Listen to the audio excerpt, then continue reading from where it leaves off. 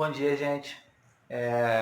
Separei uma questão de estequiometria para a aula de hoje e também vou abordar o que está por trás dessa questão, tá? A informação que essa questão traz em termos de queima completa e queima incompleta, que é um tema bacana porque ele é um gancho para a gente começar a falar sobre questões ambientais, que é tema das próximas apostilas, né? Daqui a pouco a gente deixa um pouco de lado o cálculo químico e começa a embrenhar em química ambiental. Vamos lá. Primeira coisa, a questão, né? A questão fala sobre... Ele quer saber a quantidade de CO2 em gramas produzida quando 1,5 mol de moléculas de hexano, que é esse C6H14, queima segundo essa reação abaixo. Então ele quer saber a massa de CO2 quando eu tenho uma oferta de 1,5 mol de hexano. Primeira coisa, gente, é importante falar.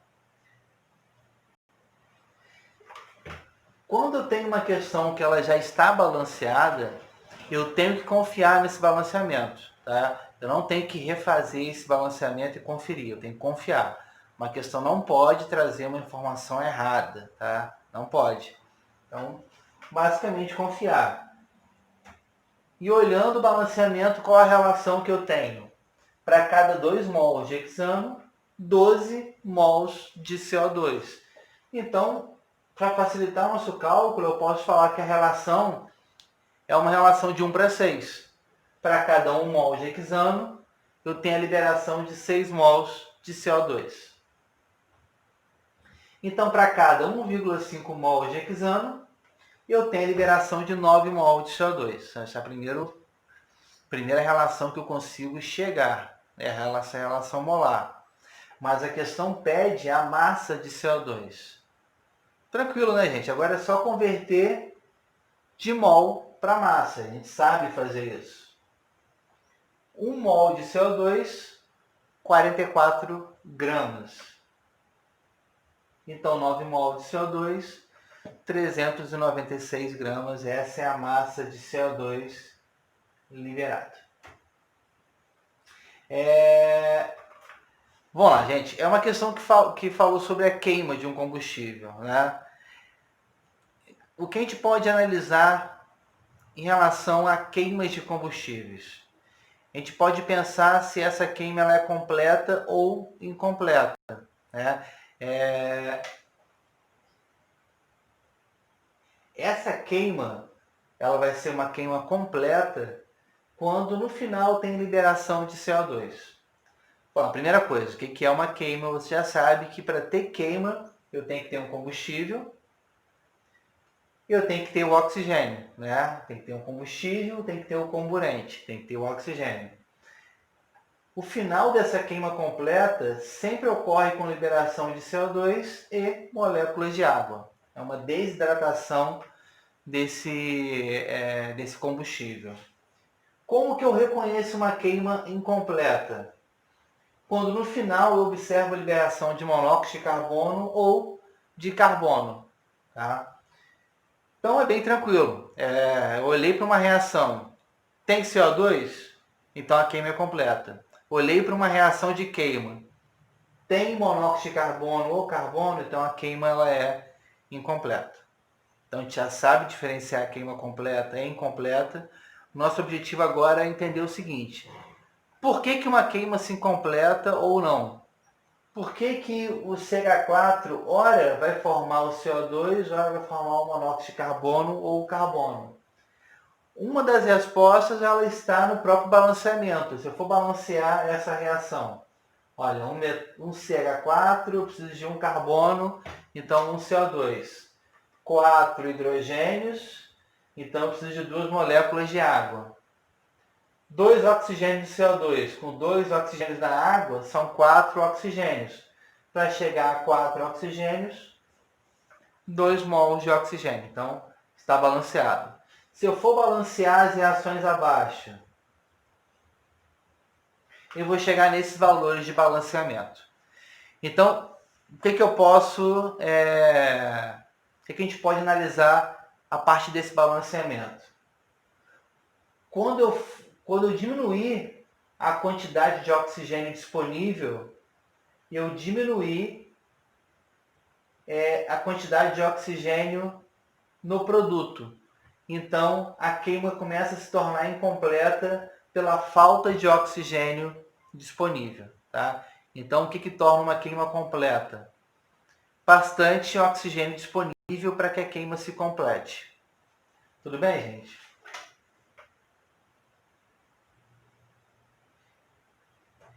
Bom, galera, o que a gente pode discutir a partir dessa queima completa ou incompleta? O que é favorável?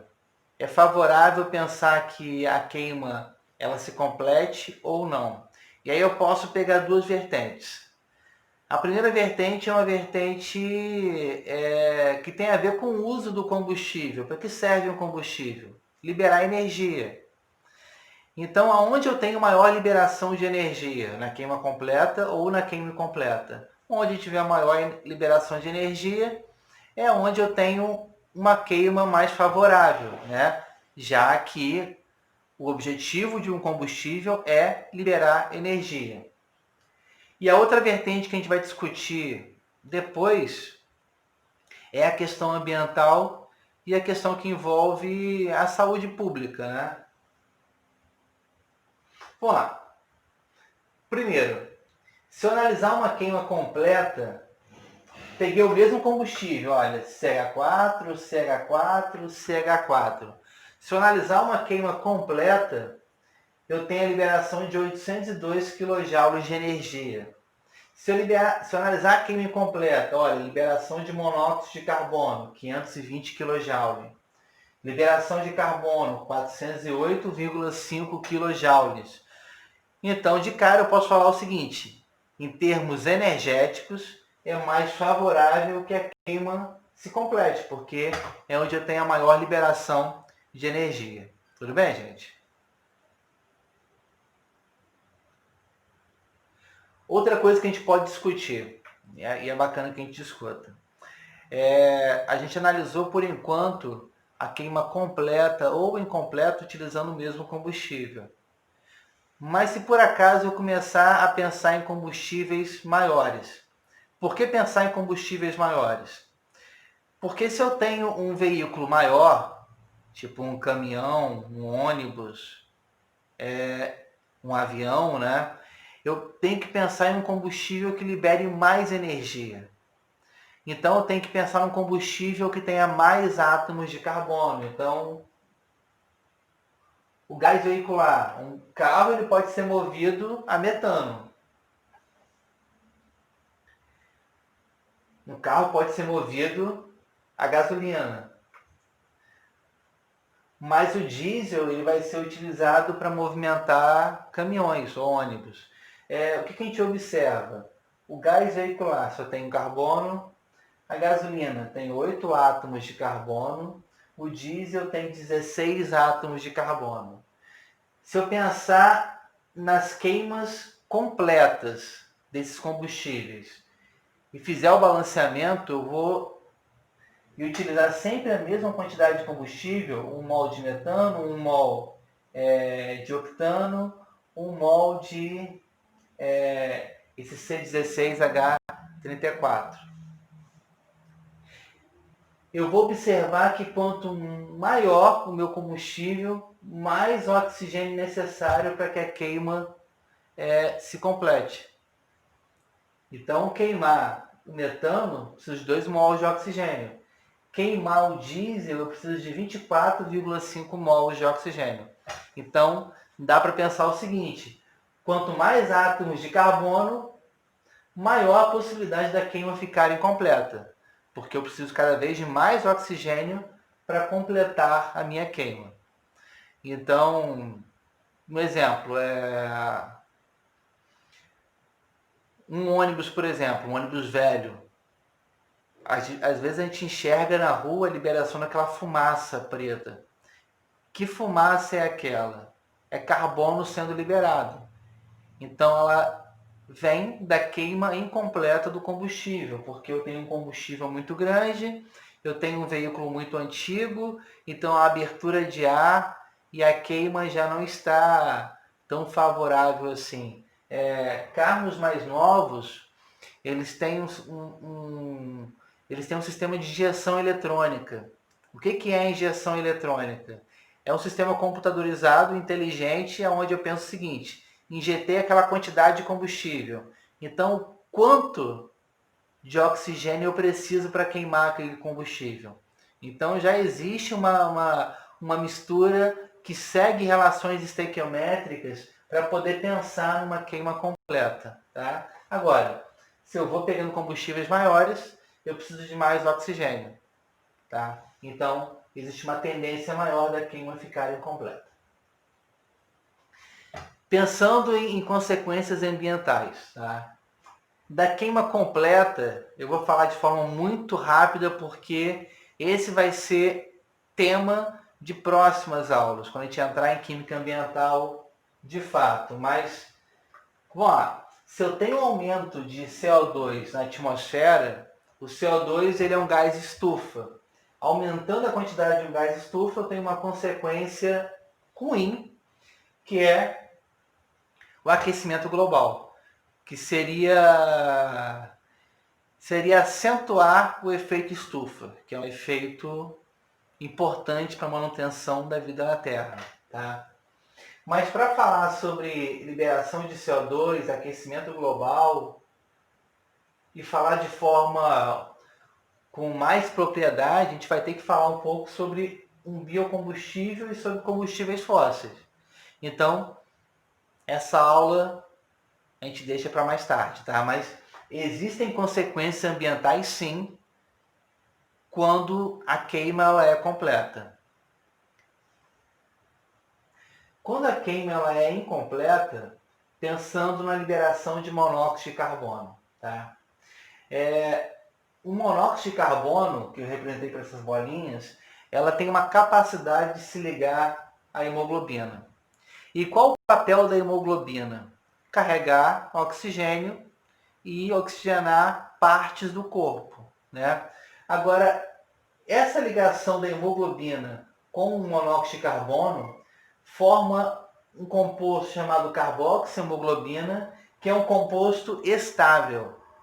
E uma vez que ocorre essa ligação, ela não consegue se ligar a moléculas de oxigênio e ela perde a capacidade de transportar oxigênio para o corpo.